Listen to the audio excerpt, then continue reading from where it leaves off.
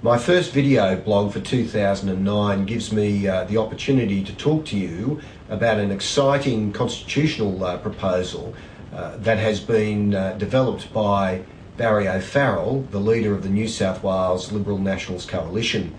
His proposal calls for the appointment of an independent panel of experts to look at the introduction into the New South Wales Constitution of a recall mechanism.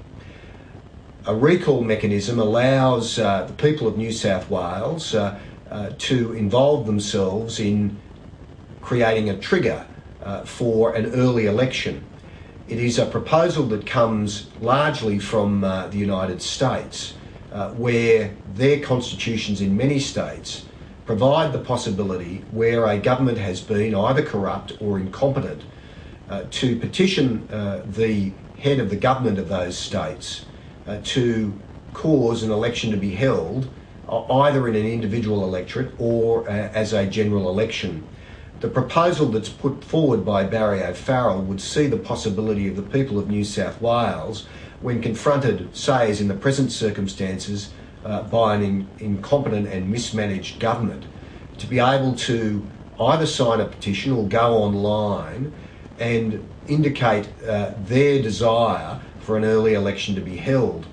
Of course, this is a proposal that works well in circumstances where we have fixed 4-year terms and provides the possibility for the people to have a say earlier than they otherwise would as to whether an election should be held. There are a number of details that need to be considered by an independent panel with the introduction of a recall mechanism, and probably the most important is that percentage of the electorate that would be required to sign a petition to bring on the early election. In some states of the United States, a figure as low as 10% of the electorate is required, whereas in other states the figure is as high as 50% of the electorate. Really, the issue that the independent panel has to consider is how easy or difficult it should be for the electorate to call on the early election. Once the independent panel of experts has developed a proposal, it is suggested that a referendum would take place either with the local government elections in 2012 or alternatively at the time of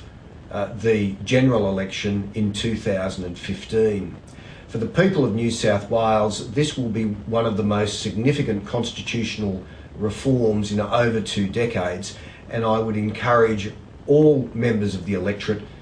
to look at developments and, as best as possible, take a role in the proposal as it moves forward.